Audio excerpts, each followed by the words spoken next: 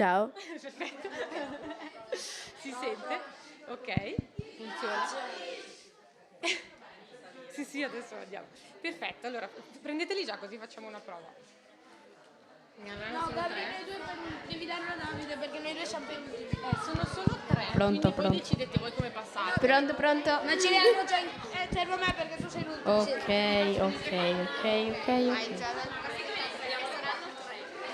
Quindi uno intanto ve lo tengo io così già provate con... Ah, sì, poi dopo Ci sono le slide, ve le faccio vedere. Buongiorno. C'è una slide con i vostri...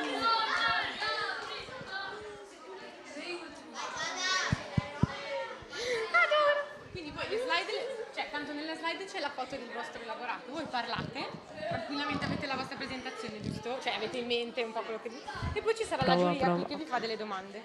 Ma ve lo dico io, vi dico, adesso la giuria vi fa una domanda, voi ascoltate quello che vi chiede, vi fa delle domande facili, gliel'abbiamo detto, quindi tipo vi chiede cosa vi è piaciuto, cosa avete imparato, ok, niente di difficile, non è un'interrogazione.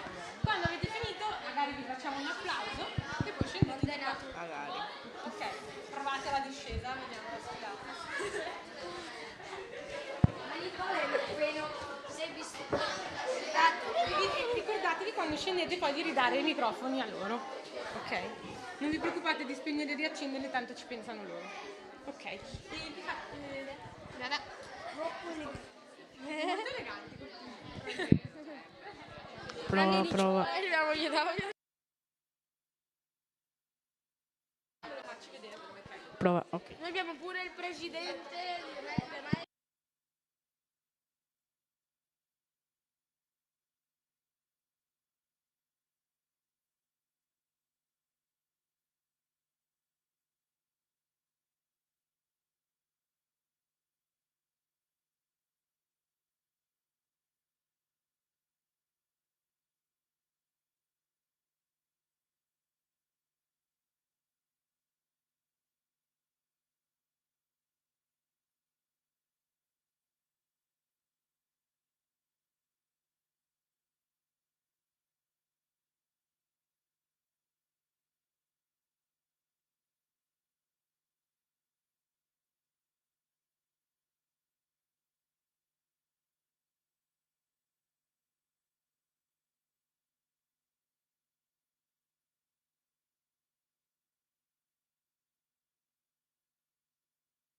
Ciao a tutti, mi sentite? Volevo solo chiamare chi parla della seconda A della Lighieri, così facciamo una prova anche con loro. Venite pure.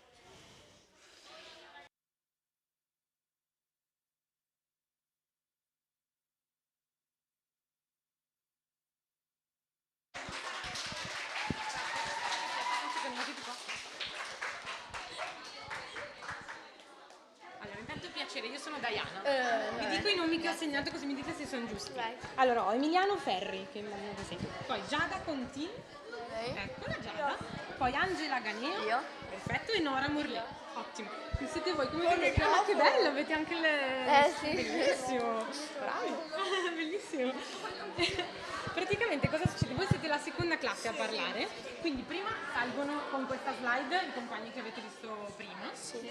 Poi quando loro scendono danno i microfoni a loro e loro due ve li ripassano come avete fatto adesso. Ne abbiamo tre, voi siete quattro, quindi vi organizzate. Esatto, vi organizzate. No, volevamo chiedere se potevamo fare due entrate noi.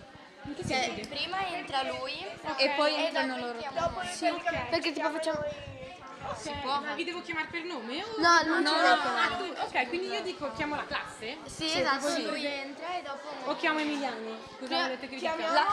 Chiama la classe e poi io chiamerò loro. Ok, va bene. Perfetto. Allora io dico, adesso invece parla la classe seconda A dell'Istituto Lighieri e tu sali sul palco. Lui sale sul palco e dopo lui ci farà una piccola introduzione. Parlerà e dopo Ok, perfetto. Io ho una cosa, però un attestato perché siete i finalisti, quindi già questo è una grande vittoria. Allora ti darò subito l'attestato, così tu ce l'hai, intanto lo prendi e poi fai tutto quello che vuoi. Dopo che avete fatto la vostra presentazione ci sta, venite intanto che proviamo il palco. Pronto? La slide è questa qua. Vi piace? Sì. La vedete anche sotto se non volete girarvi perché ci si vede. Ah, sì. Praticamente dopo che voi avete fatto la vostra introduzione. Lì abbiamo l'orologio che ci ricorda che ci mancano. Sì, ma tu non ti preoccupare, poi devi guardare. Poi dopo che avete finito di parlare, ci sarà la giuria seduta qua che vi fa una domanda. Ciao. Vi fa una domanda. Fai una prova, vedi se ti ringrazio e applausi. Grazie. Si sente? Ah, si deve vedere la foto. Prova. Si sente? Cioè, Quindi vi fanno una domanda e poi uscite. Usciamo sempre di qua. Ci saranno di nuovo le ragazze, vi lasciate i microfoni. Ok. Così vediamo se ci sono. facilissimo. Sono queste ragazze con la giacca nera. Ok, allora grazie, ci vediamo dopo. Sono molto curiosa della vostra entrata che avete. Hanno organizzato un'entrata? Ci siamo riusciti di entrare in Ma guarda, secondo me il mio ruolo sarà molto migliore perché se li chiami lo salvano. Bene, mi sentite? Chiedo ai ragazzi della prima M che devono parlare, facciamo una prova anche con loro. Evviva!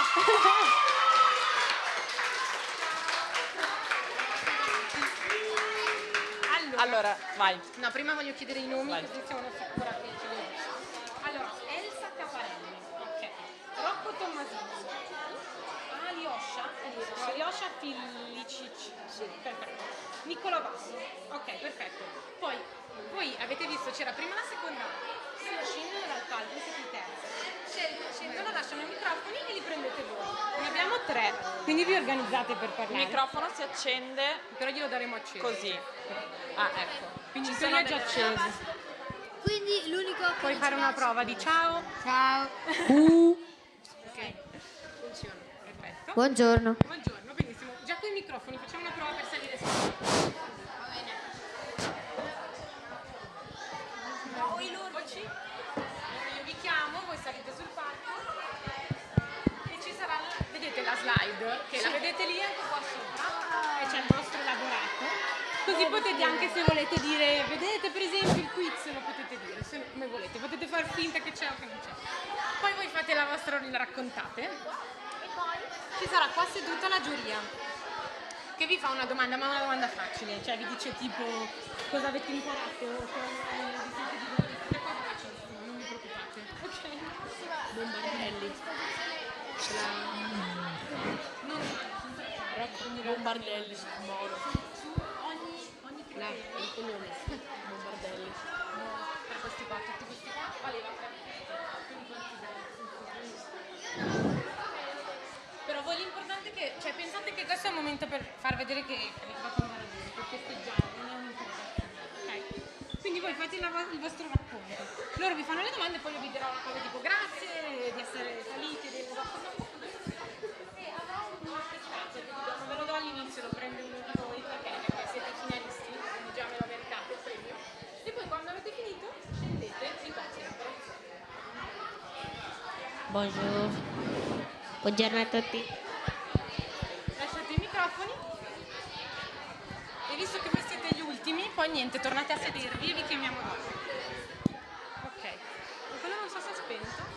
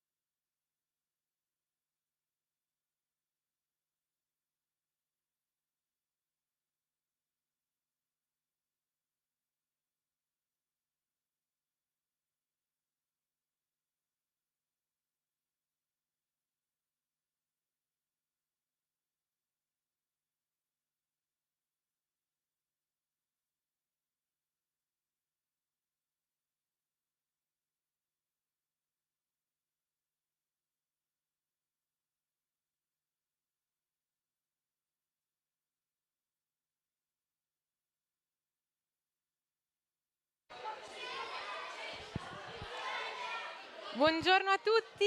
Mi sentite? No. Buongiorno a tutti. Accomodatevi pure che tra poco cominciamo. Non si sente.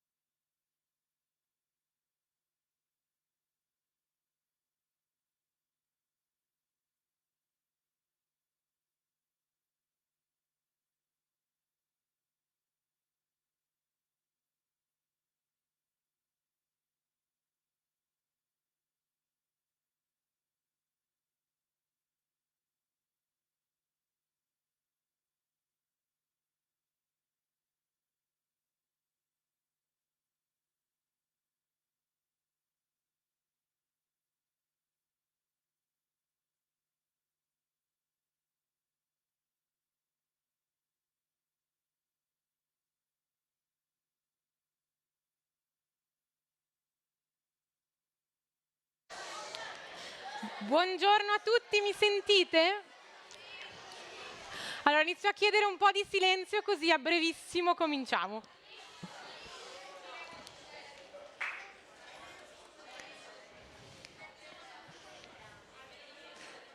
Perfetto, direi che partiamo, grazie mille, benvenuti a tutti, è un piacere, è un'emozione vedervi qui. Come sapete oggi siamo qui tutti insieme per festeggiare e un po' raccontarci come è andato il progetto Gocce di Futuro, che è un progetto che abbiamo svolto nel secondo quadrimestre di quest'anno e è stato dedicato soprattutto ai ragazzi delle scuole secondarie di primo grado. Abbiamo qui proprio i finalisti di questo progetto e devo dire che la mattinata di oggi è molto densa e molto interessante perché conosceremo le persone che hanno reso possibile questo progetto, ripercorreremo insieme che cosa è stato, quindi che cosa effettivamente abbiamo chiesto di fare a docenti e studenti e poi, forse la parte che almeno secondo me potrebbe essere la più interessante, sentiremo da loro cosa hanno realizzato in un roleplay. Poi vi dico meglio tutto, ma sicuramente sarà molto divertente. E scopriremo poi il vincitore. Abbiamo qui i finalisti, ma ci sarà un vincitore. Quindi di nuovo, grazie di essere qui. Magari chiedo un applauso giusto per scaldarci. Grazie mille.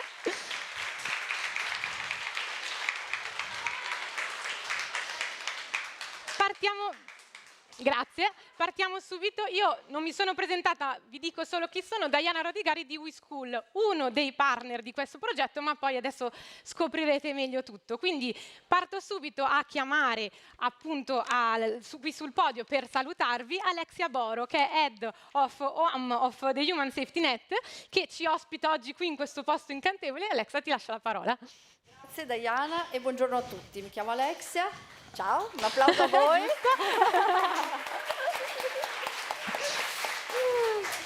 Mi fa veramente tantissimo piacere darvi il benvenuto oggi in quella che si chiama casa, la casa di The Human Safety Net. Intanto una domandina, chi è stato già in questa casa?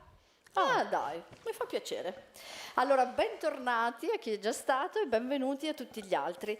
Noi siamo la casa di questa fondazione che si chiama The Human Safety Net, che vuol dire una rete umana di supporto, che è attiva in 25 paesi del mondo. Noi ci occupiamo di aiutare le persone più vulnerabili, cioè le persone più fragili, a trovare un nuovo inizio, a cambiare la loro vita. Quindi abbiamo deciso di occuparci delle famiglie fragili, vulnerabili, con bambini fino a 6 anni, e poi l'altro focus sul quale noi lavoriamo sono i rifugiati.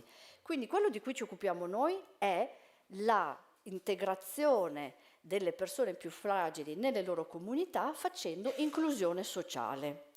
E questo lo facciamo in tanti paesi del mondo, lo facciamo con le ONG, le associazioni non governative che rappresentano questa rete che ci aiuta a individuare le persone che hanno più bisogno e per le quali noi facciamo dei programmi, quindi diamo a queste persone degli strumenti, sapete la famosa cassetta degli strumenti, con questi strumenti per trovare una vita migliore, per avere un nuovo inizio, non solo della singola persona, ma del suo nucleo familiare e ovviamente della comunità intera. Perché noi cosa facciamo qua? Crediamo nel potenziale delle persone. Tutti noi abbiamo un potenziale. C'è chi è più curioso, chi è più creativo, chi ama di più lavorare in squadra, chi è più portato alla speranza, alla gentilezza. Ecco, quello che io vi invito a fare oggi, dopo questo meraviglioso incontro che farete e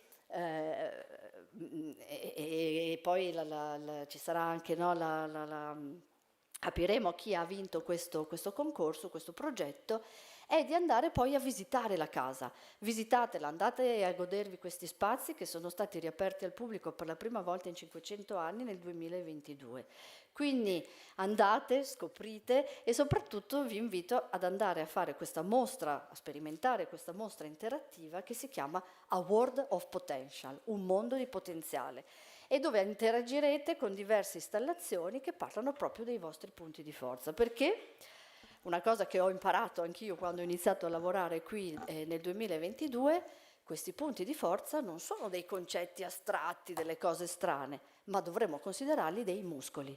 E cosa facciamo con i muscoli? No? Come andiamo in palestra a fare i bicipiti, anche con la gentilezza, anche con i vari punti di forza, dovremmo allenarli. Quindi il mio augurio è di allenare il vostro potenziale, già lo state facendo con questo bellissimo progetto che parla di cambiamento. E qui concludo, quello che noi cerchiamo anche di trasmettere con tutte le nostre attività che facciamo in questa casa è proprio questa idea. Il cambiamento parte da noi e ognuno di noi è artefice non solo del proprio cambiamento, ma anche del cambiamento della comunità. Quindi grazie ancora, grazie alla Fondazione Venezia Capitale Mondiale della Sostenibilità per aver organizzato questo evento, la Fondazione di Venezia, e quindi vi auguro una buonissima giornata e viva il cambiamento. Grazie.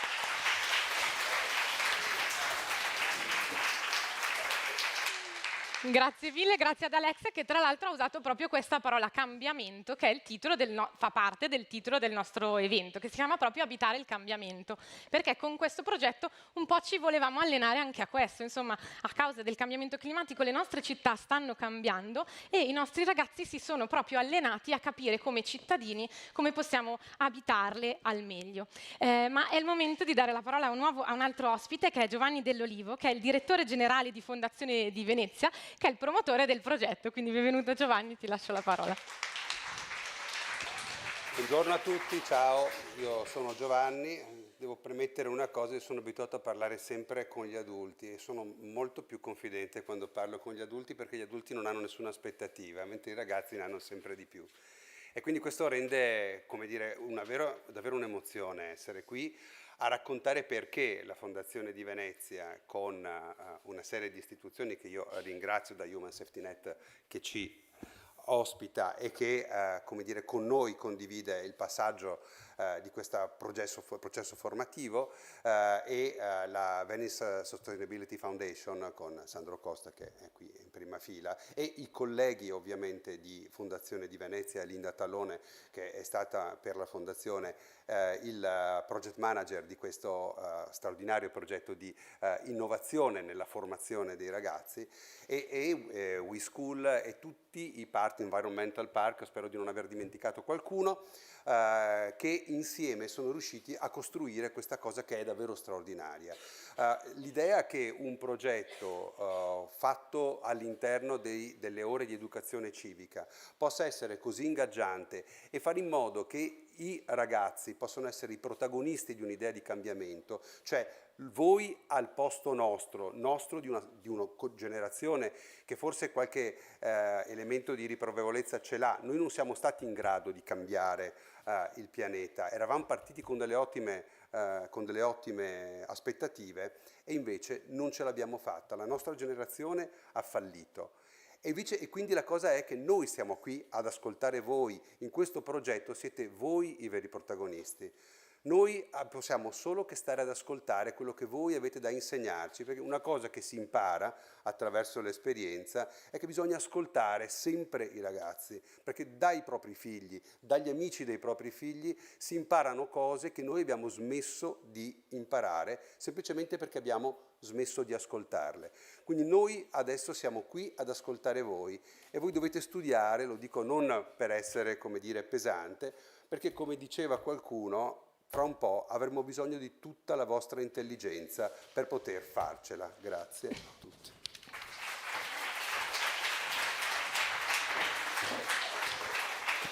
Grazie mille Giovanni, insomma avete sentito, c'è tanta aspettativa su di voi ragazzi, oggi veramente questo evento è dedicato a voi. Infatti volevo anche ringraziare tutte le altre persone che sono venute qui per curiosità, per affetto, ci sono genitori, ci sono ragazzi più grandi e appunto vedrete, sarà bellissimo sentire un po' quello che questi ragazzi accompagnati dai loro docenti sono riusciti a fare. Ma continuiamo con i saluti iniziali, chiedo adesso di intervenire a Francesca Ingrosso, che è Project Manager Area Inclusione Sociale di Fondazione Venezia, Capitale Mondiale della Sostenibilità, che insomma ha reso possibile questo evento. Quindi a te Francesca. Okay. Ciao a tutti, e volevo iniziare salutandovi, dicendovi che siete bellissimi da guardare. Io sono Francesca, vi porto i saluti della Venice Sustainability Foundation, che è partner di questo evento. E volevo partire da un concetto abbastanza semplice, che è che la sostenibilità di cui sentiamo tanto parlare in questi anni non si studia soltanto, ma si sperimenta e si costruisce insieme. Ed è quello che voi ragazzi avete fatto negli ultimi mesi partecipando al progetto Gocce di Futuro. E avete impersonato dei consiglieri comunali di una città immaginaria, la città di Idropolis, ma alle prese con delle sfide concrete, la crisi idrica, il cambiamento climatico, la disattenzione nei confronti dell'acqua. Ecco, come fondazione lavoriamo per permettere a Venezia, promuovere a Venezia un futuro sostenibile. E ancora una volta la parola sostenibilità. Che vuol dire, cosa vuol dire? Vuol dire agire oggi tenendo però in mente anche il domani, tenendo in mente il vostro futuro. E appunto è quello che avete fatto oggi e che ci mostrerete dopo salendo sul palco e presentandoci i vostri lavori. Quindi io ringrazio voi, ringrazio i vostri docenti che vi hanno portato qui e che hanno creduto nel progetto. E sicuramente voi professori sapete meglio di me quanto sia importante accompagnare i giovani, accompagnare le nuove generazioni attraverso i cambiamenti che stiamo vivendo, le grandi transizioni, la transizione climatica, la transizione tecnologica, quella sociale. E quanto sia importante dargli gli strumenti non solo per affrontare le sfide, ma anche per cogliere tutte le opportunità di un mondo che è in continuo cambiamento.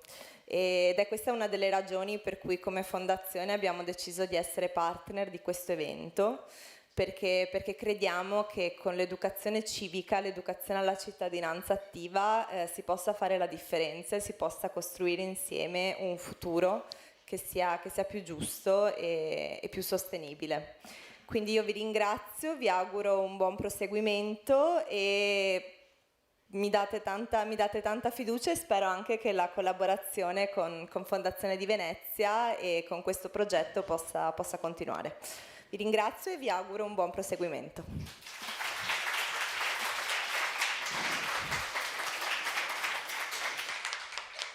Grazie Francesca, e ecco appunto noi abbiamo parlato di role play, i ragazzi hanno immaginato di essere dei cittadini, ma come ci diceva Francesca l'argomento è molto serio e pensiamo che questo sia proprio un bel modo di affrontarlo insieme. E adesso vorrei dare la parola a Linda Tallone, Project Manager di Fondazione di Venezia, per un'ulteriore riflessione sul progetto Gocce di Futuro. A te Linda. Grazie. Allora, sarò molto rapida perché siamo partiti in ritardo. Vi ringrazio a tutte e tutti e soprattutto le insegnanti che sempre partecipano con grande entusiasmo ai nostri progetti. Quindi ne approfitto per raccontare proprio brevemente qualcosa in più sulla missione educativa della Fondazione di Venezia. Allora, noi di Fondazione di Venezia abbiamo proprio deciso di mettere la sostenibilità al centro della nostra visione strategica. Con sostenibilità non intendo solo una parola chiave, ma proprio come un principio guida che possa permetterci di generare un impatto nel lungo periodo. La nostra sostenibilità è una sostenibilità a 360 gradi come fondazione, finanziaria, economica, sociale, ambientale, che trova proprio nella educazione la sua leva più potente. Quindi noi crediamo che tramite dei processi educativi mirati riusciamo davvero ad abilitare voi, cioè le nuove generazioni, a immaginare ma anche poi a progettare e costruire dei futuri più equi, come diceva Francesca, inclusivi e sostenibili. Questo progetto Gocce di Futuro rappresenta per noi non solo un progetto educativo, ma proprio un esempio concreto di questa visione strategica che abbiamo. Come ha detto il direttore Giovanni Dell'Olivo, siete voi i protagonisti di questo progetto, degli attori attivi di un cambiamento culturale che vogliamo sostenere e promuovere. Gli obiettivi pedagogici di questa iniziativa sono molteplici, in primis un rafforzamento delle competenze trasversali, competenze civiche, lo sviluppo di un senso di responsabilità e di un senso proprio in generale di avere un pensiero critico. Questi obiettivi pedagogici sono assolutamente in linea con quelli della missione educativa di noi di Fondazione di Venezia e concludo ringraziando ovviamente Environment Park, la cui project manager Ilaria Schiavi non è qua con noi oggi, quindi la ringrazio moltissimo perché loro ci hanno proprio dato un preziosissimo contributo tecnico e scientifico che ha reso possibile questo progetto. Quindi concludo dicendo che per noi Gocce di Futuro non è soltanto un progetto educativo, ma per noi e tutti i partner che sono qui presenti è davvero un investimento che vogliamo fare sulla cittadinanza del domani. Grazie mille.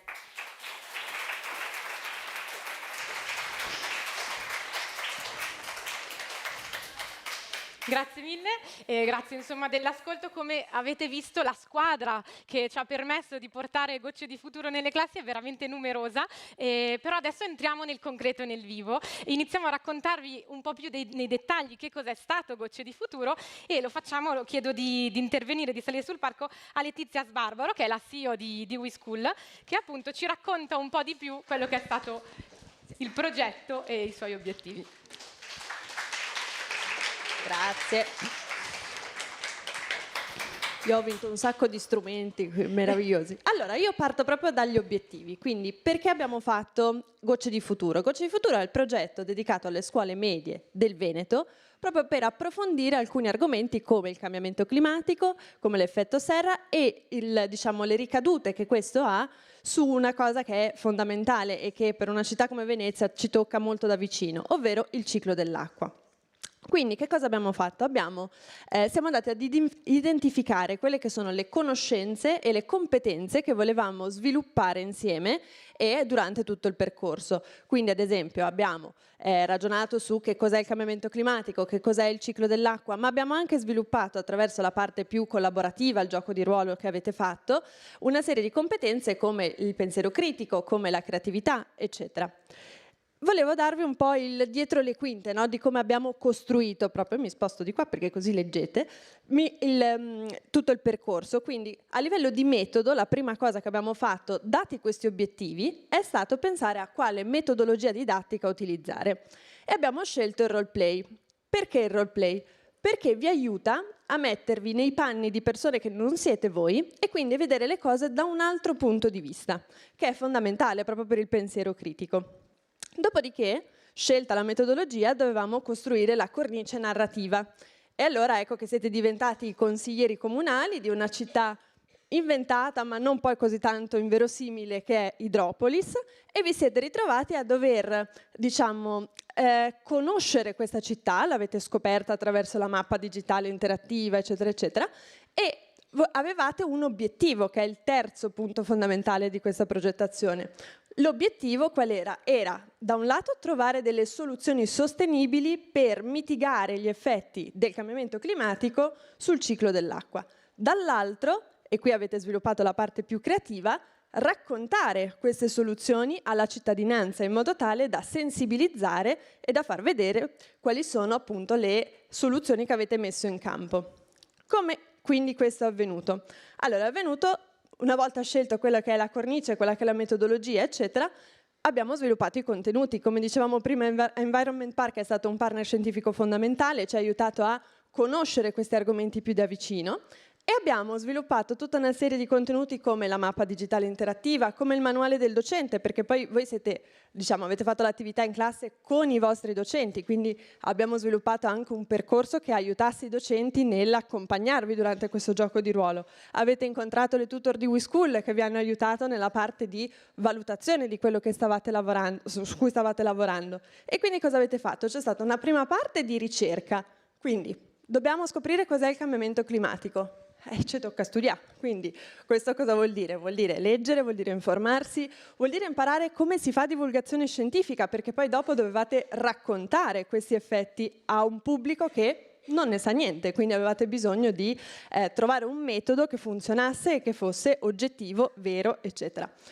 Seconda pezzo, avete iniziato a lavorare insieme, quindi trovate le soluzioni, scelto come raccontarle alla cittadinanza, dovevate lavorare insieme per mettere in campo tutta la vostra creatività e dopo vedremo che cosa avete combinato per raccontare queste soluzioni ai vostri concittadini e da ultimo appunto avete collaborato con le tutor di WeSchool per perfezionare i vostri elaborati. Io non vi rubo altro tempo perché il cuore di questo momento siete voi, quindi stiamo per vedere quelli che sono gli elaborati migliori che ci sono arrivati. Io vi faccio un enorme in bocca al lupo e che vinca il migliore. Grazie.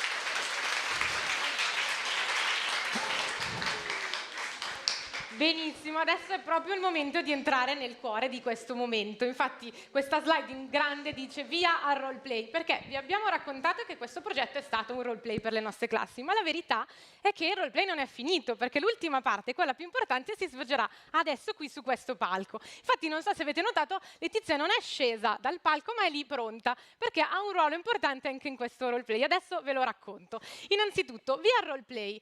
Dove ci troviamo? Perché come sapete siamo appunto in un gioco di ruolo, dobbiamo immaginare dove siamo. Siamo ad Hydropolis, la città di cui avete già sentito parlare dai nostri ospiti, che è una città immaginaria che è all'avanguardia perché ha avuto la capacità di affrontare i cambiamenti legati al ciclo dell'acqua dovuti al cambiamento climatico con delle soluzioni innovative. Queste soluzioni i nostri studenti, che sono qui oggi i finalisti, le hanno già analizzate, scoperte, studiate per bene e hanno anche pensato a un modo poi per raccontarle ai cittadini.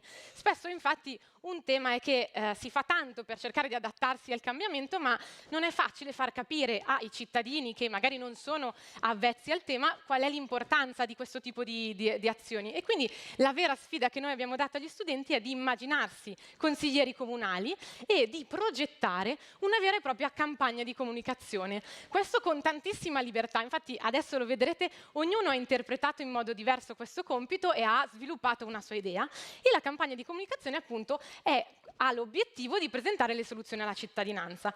Cosa avviene nel roleplay di oggi? I nostri consiglieri devono raccontare al sindaco e alla giunta comunali le loro soluzioni. E infatti è il momento di scoprire chi è la giuria e quindi la giunta. Una dei giurati appunto è Letizia, che si è già preparata lì sul palco, ma chiamo gli altri giurati che si preparano e sono qui pronti in prima fila ad ascoltare i nostri studenti. Quindi il sindaco della nostra città di Idropolis, Luca Novelli. Luca, se ti vuoi accomodare.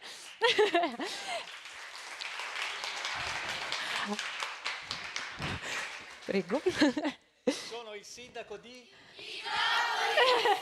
Perfetto, funziona, eletto all'unanimità.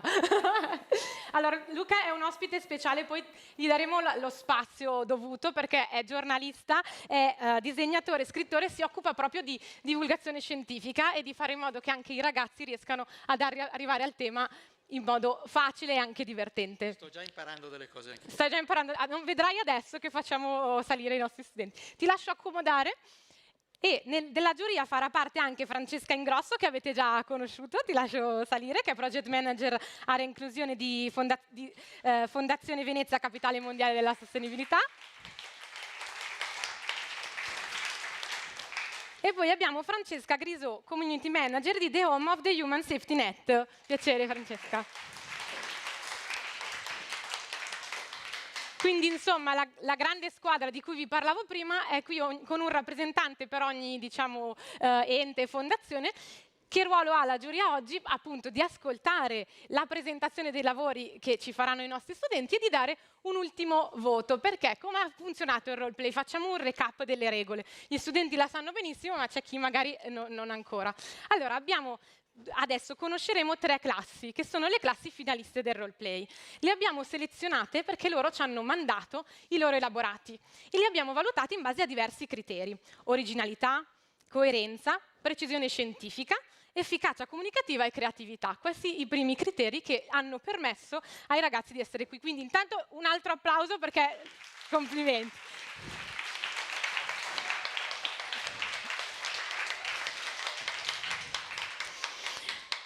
Ecco, ognuno di loro ha scelto alcuni rappresentanti della classe che adesso verranno qui sul palco e ci racconteranno la presentazione. Qui servirà tutto il vostro calore, perché chiaramente non è mica poco presentare davanti a un pubblico così il proprio lavoro, e quindi li ascolteremo e poi scopriremo i vincitori, proprio perché la giuria darà, oltre ai voti che già sono stati assegnati per i criteri, un ultimo punteggio per anche l'esposizione.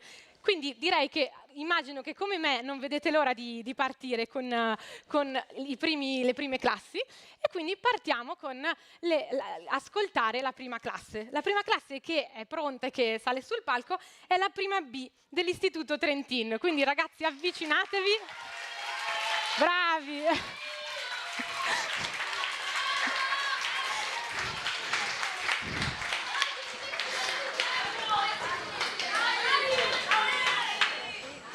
Dette microfoni. Intanto che salgono ve li presento. Abbiamo Davide Gaion, Sara Geller, Gabriele Zannutig, Giada Orru e Nicola Caporin. Naturalmente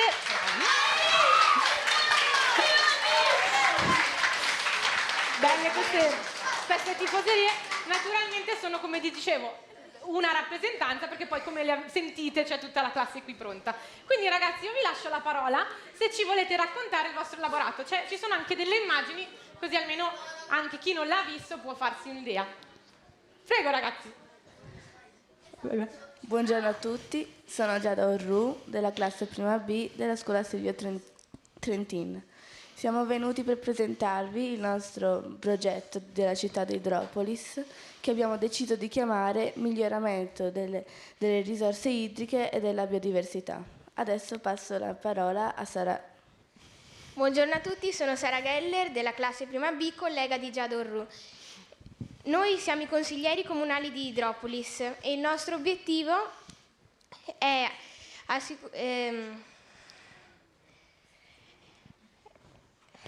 tranquilla.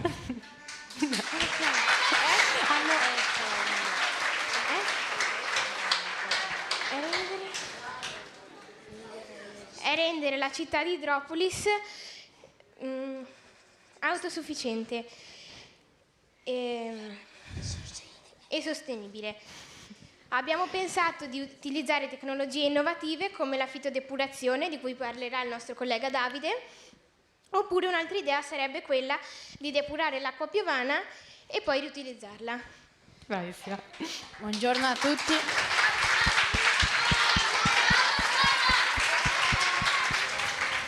Buongiorno a tutti, sono Davide Gaillon e una soluzione che abbiamo scelto per rendere Idropolis più sostenibile è la fitodepurazione, che usa dei microrganismi che sono presenti sulle radici di alcune piante che uccidono i batteri dannosi. Adesso passo la parola a Nicola. Bravo, il mio collega Nicola.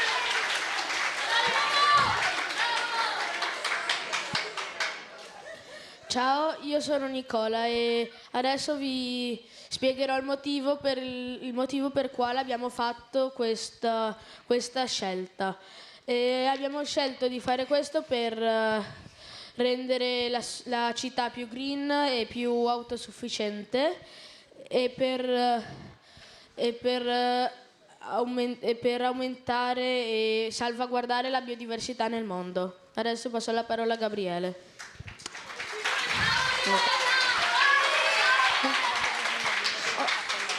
Ora Buongiorno a tutti, sono Gabriele e ora vi spiegherò perché dovreste scegliere noi. Per 3 motivi. Il primo motivo è perché siamo dei consiglieri comunali molto curiosi e molto simpatici. Giusto. Importante questo. Il secondo motivo è che abbiamo scelto di parlare ai cittadini con addirittura 2 metodi. Il primo è un semplicissimo volantino che si collega al sito grazie a un QR code. Il secondo è il sito dove si approfondisce benissimo le nostre tecniche, i motivi e tutto. E anche le idee. Le idee. Bellissimo. Avete altro da aggiungere? No. No.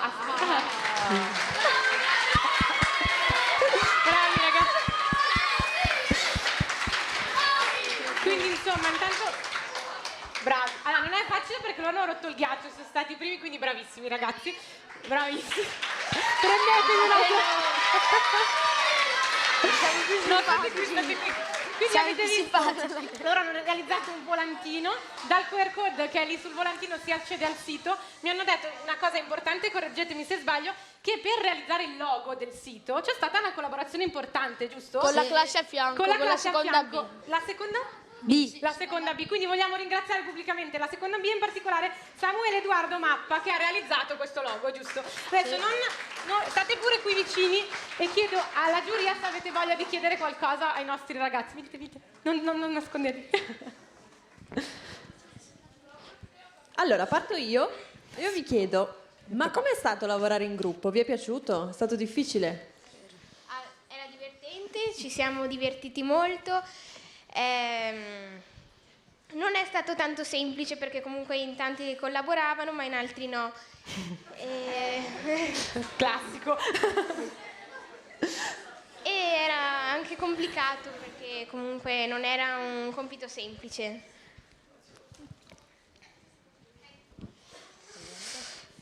E qual è la parte che vi è piaciuta di più di tutto il percorso? Allora, per me la parte che mi è piaciuta di più è creare il sito in sé, non tanto mettere gli argomenti, ma proprio creare la struttura del sito. Secondo me è stata la parte più bella. Io ero del gruppo grafica e quindi è stata secondo me la parte più divertente. Ma quindi avete imparato a creare un sito? Sì. Sì. Io invece vi faccio una domanda difficilissima. Facendo questo progetto, avete potuto avere delle fantasie su cosa vorreste fare da grandi? Io sì, con questo sito mi è interessata la meccanica scientifica, infatti Da grande io vorrei fare o lo scienziato o il meccanico, sono dei miei sogni che vorrei realizzare. Anche a me ha molto interessato.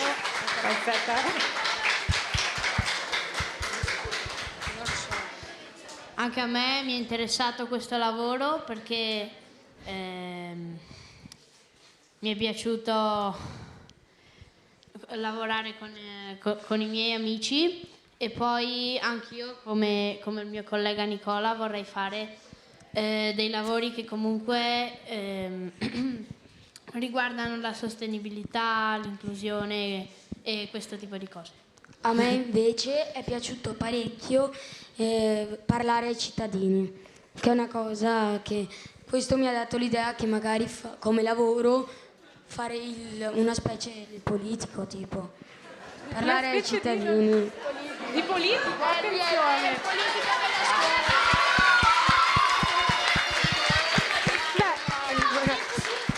Beh, prima dicevamo...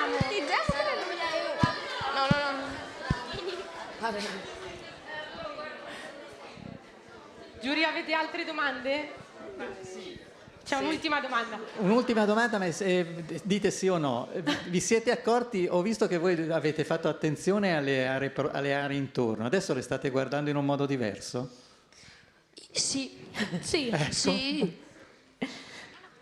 Sì, va bene. sì, ok. Sì.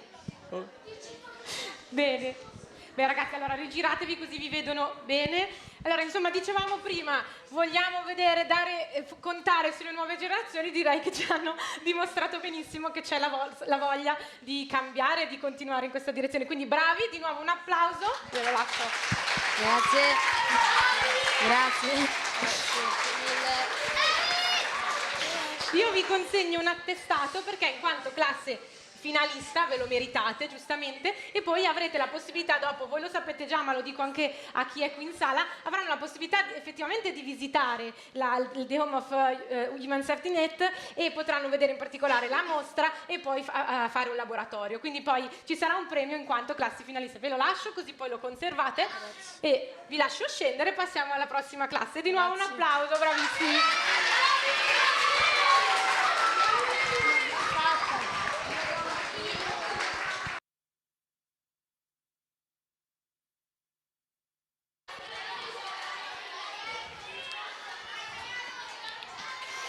Benissimo, vi lascio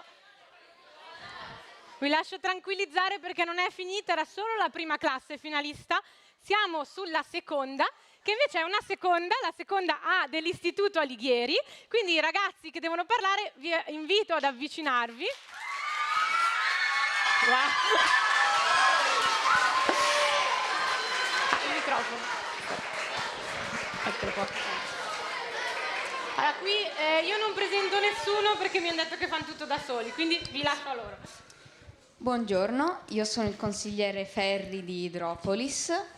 Sono qui per parlarvi del recente inserto comparso sul giornale La Nuova Idropolis, quotidiano della nostra città, che è stato scritto dalla classe seconda A, di cui ho portato 3 ragazze, farò loro alcune domande.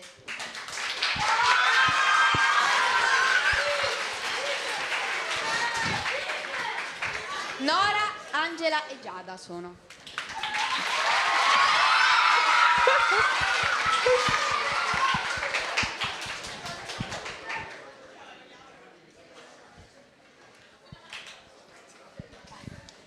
Siete contenti di essere qui? Sì, siamo molto contenti. Bene. Sono state scelte tra centinaia di classi per questo inserto Idropolis Junior. Bene, ho alcune domande per voi. La prima, perché avete scelto di scrivere un articolo? Visto che abbiamo lavorato 2 anni di seguito con Focus Junior Academy e abbiamo anche raffinato le nostre...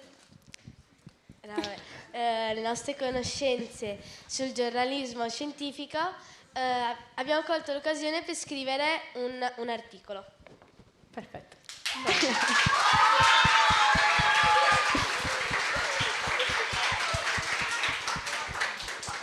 Seconda domanda.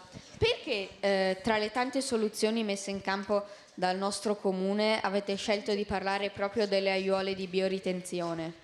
Abbiamo scelto di parlare delle aiuole perché secondo noi, classe seconda A, è un'idea che funziona e è un elemento decorativo bello per le strade della nostra città. Una delle funzioni principali delle aiuole è prevenire le inondazioni e contenere i danni causati dal cambiamento climatico che spaventa molti ragazzi. Bene.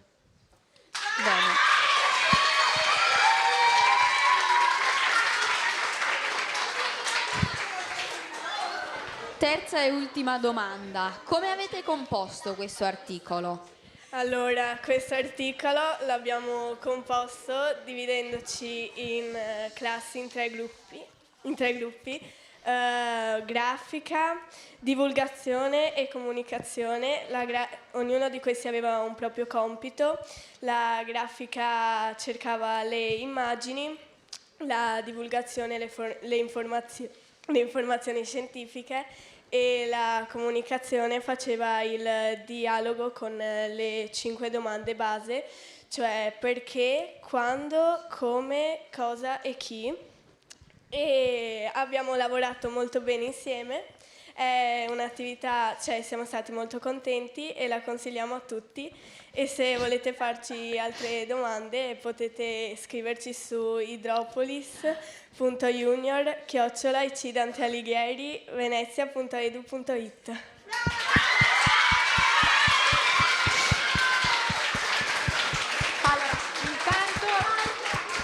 Vabbè, sentite che il pubblico è contentissimo. Vi faccio i complimenti perché appunto hanno preparato loro, scelto loro di raccontarci la loro presentazione in questa formula. Complimenti anche per la creatività. Grazie. Chiedo alla giuria se avete delle domande, delle curiosità. Sono già pronti, vi lascio la parola. No, la prima domanda è se avete intenzione di continuare a farlo questo giornale. Sì, secondo noi è un'idea carina da continuare. La mia è una domanda un po' difficile. Avete detto che avete scelto di parlare alle nuove generazioni del cambiamento climatico perché è qualcosa che le spaventa. A voi spaventa sentir parlare di cambiamento climatico oppure è qualcosa che vi prende e dove sentite di potervi mettere in gioco? Sì, sentiamo di poterci mettere in gioco con il cambiamento climatico. Secondo me, anche a me magari un po' spaventa, però sentendo anche queste idee e le idee degli altri comunque sappiamo che c'è qualcuno, diciamo, che ci aiuta a trovare soluzioni. Molto bello.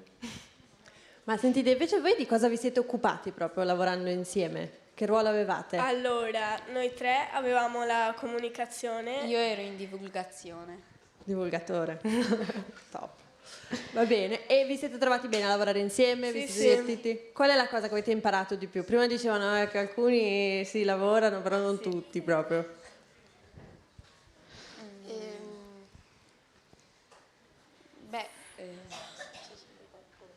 Forse a trovare modi per comunicare, appunto, io parlo per magari noi tre che eravamo in comunicazione, trovare modi per comunicare appunto alla gente le cose che vogliamo dire.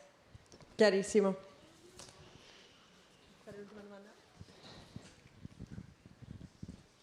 Chiedo anche a voi cosa avete scoperto che volete fare da grandi. Lo scienziato. Ma già lo sapevo. Lo scienziato già lo sapeva. Ok.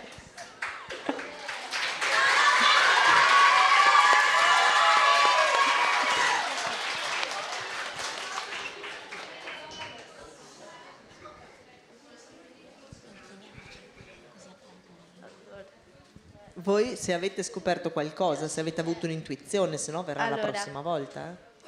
Sì, sempre in qualcosa nell'ambito scientifico, tipo. Allora, sicuramente è stato bello anche fare un giornale, quindi magari cercare di parlare al pubblico. Invece a me, cioè non so proprio il lavoro, ma mi piace l'argomento proprio, cioè proprio questo argomento mi interessa, diciamo. Il cambiamento climatico. Sì.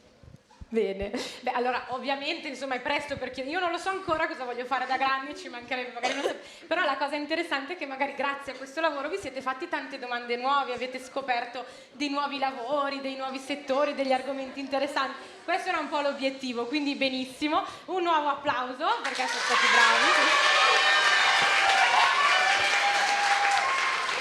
L'inchino, fatelo.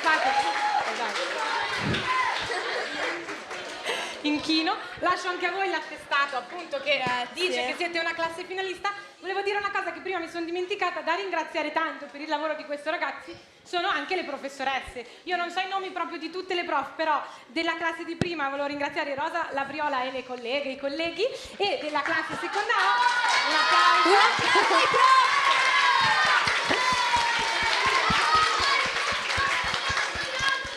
Non dimentichiamoci delle prof, invece per la classe seconda A Maria Gelfi e le colleghe. Quindi un applauso.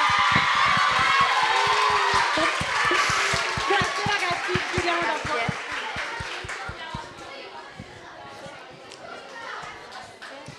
Perfetto. E siamo adesso all'ultima classe finalista, quindi è ora, vi dovete preparare anche voi. Chiamo sul palco la classe prima Montessori.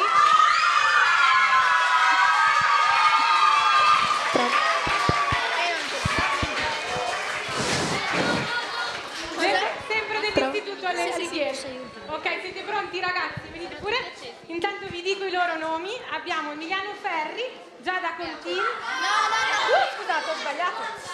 Erano prima loro. Allora, Elsa Caparelli, Rocco Tommasini, Alyosha Filicic e Nicolò Basso, giusto?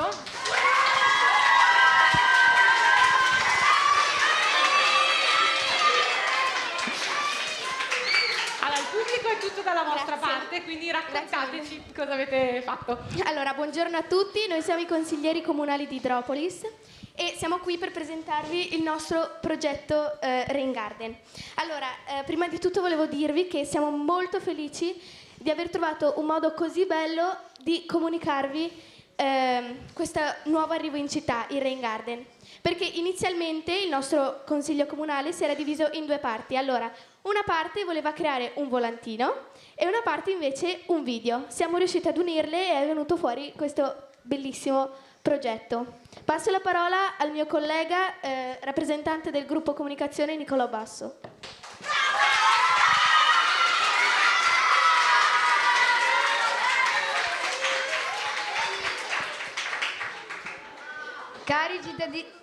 Cari cittadini di Idropolis, io sono il rappresentante di gruppo comunicazione. Avrete visto i nostri volantini in città? Speriamo di trovarvi numerosi oggi all'inaugurazione del Rain Garden Maria Montessori. Come scritto ci saranno laboratori, concerti e un buffet. Ci sarà di divertirsi e passeremo una bella giornata insieme.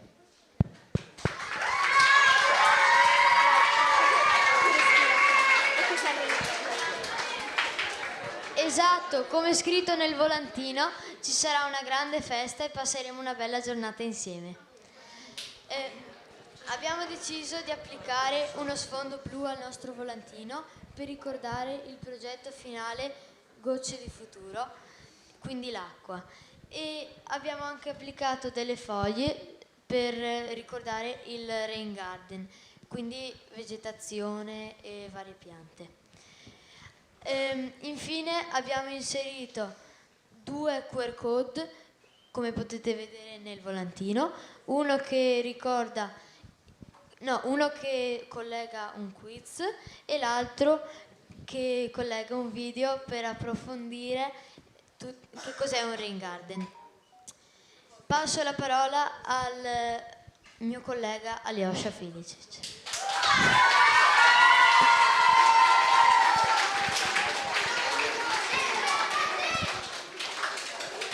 Buongiorno a tutti, io sono Aljosha Filicic, il rappresentante del gruppo divulgazione e oggi vi vorrei spiegare cos'è il Rain Garden e a cosa serve.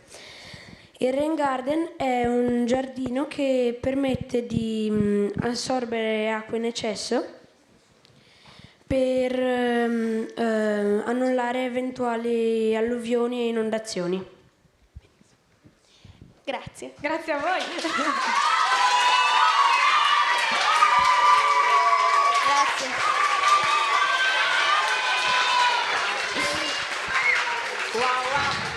Allora, un'ultima cosa. Vai. Sì, è che parlavo. Noi siamo i rappresentanti dei gruppi, però volevo anche ringraziare tutto il nostro consiglio comunale e i nostri gruppi, la nostra classe. La classe.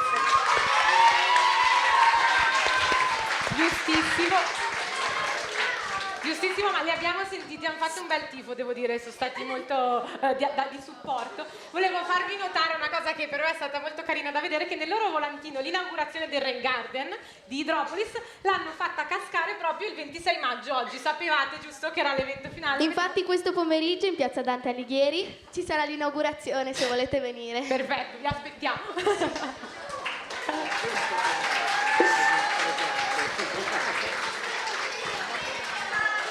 Perfetto, giuria, lascio a voi la parola se avete curiosità o domande. Allora, io volevo chiedervi del video, perché voi avete realizzato un video molto bello. Come l'avete fatto? Allora, l'abbiamo fatto con Canva, vabbè, e abbiamo preso le informazioni, le abbiamo elaborate, abbiamo scelto degli sfondi che ricordassero un po' il Rain Garden e ecco, sì. Molto interessante. E qual è stata la cosa, quella che vi ha divertito di più? A me mi ha divertito tanto fare il video. Il video? Sì. Bene.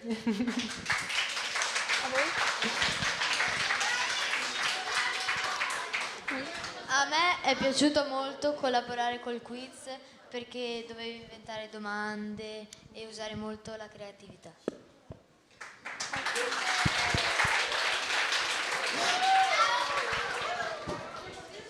A me invece, visto che avevamo il volantino era molto con scritto tante cose, l'abbiamo fatto un riassunto e ci è piaciuto.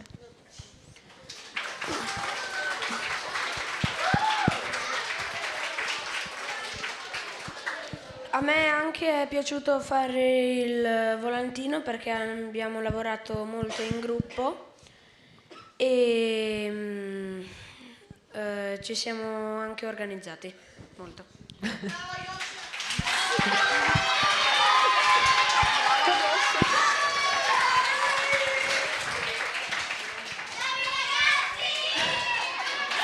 Abbiamo proprio i cori, mica male. E io volevo chiedervi qual è stata la cosa più bella di lavorare in gruppo, ma anche quella un po' più difficile. Allora, all'inizio, come vi ho detto, che avevamo tutte idee diverse, quindi è stato un po' difficile trovare un compromesso tra tutti, però abbiamo anche conosciuto le altre persone in questo percorso, quindi siamo andati avanti e ci siamo fatti anche nuovi amici. Bello.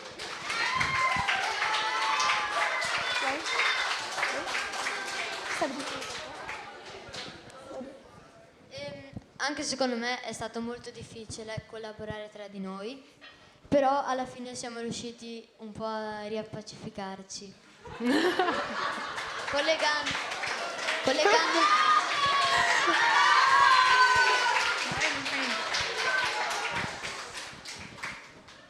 Io posso chiedervi invece, sempre su questo che ci avete appena raccontato, succede spesso nei gruppi di lavoro che ci sono appunto tante idee che si dice divergenti, poi ci sono diversi metodi per fare convergere, cioè arrivare tutti quanti a una stessa scelta. A differenza degli altri gruppi, voi avete mantenuto una ricchissima varietà di proposte e questa cosa ci ha molto colpito. Devo farvi molti complimenti per questo.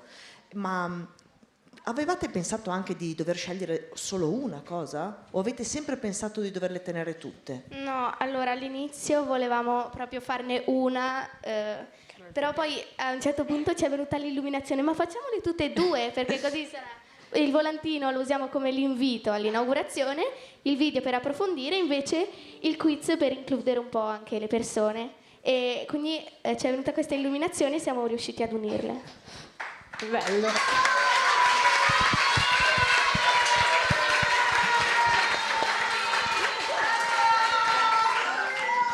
Sì, sono finita. Basta.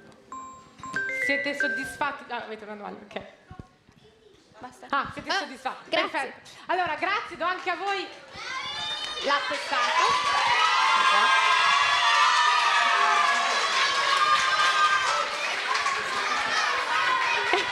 Benissimo. Allora, vi lascio accomodare. Grazie. Grazie a voi. E insomma, adesso arriva il momento più difficile per i nostri giurati, perché cosa deve fare? Vi lascio scendere, grazie mille. Lascia pure là il microfono. Come avete visto... Scusate. Allora, grazie a tutte e tre le classi, grazie anche a voi pubblico che siete stati molto calorosi, perché non è mica semplice stare qui su un palco, giustamente. Come dicevo, adesso in realtà il vero incoraggiamento lo dobbiamo fare ai nostri giurati, perché è il momento per loro per ritirarsi. Quindi hanno ascoltato i 3 finalisti, hanno fatto le domande che gli interessavano, ora di nascosto, altrimenti noi sbirciamo, vanno e decideranno il vincitore. Quindi in bocca al lupo a voi, vi lascio andare. Non sarà semplice.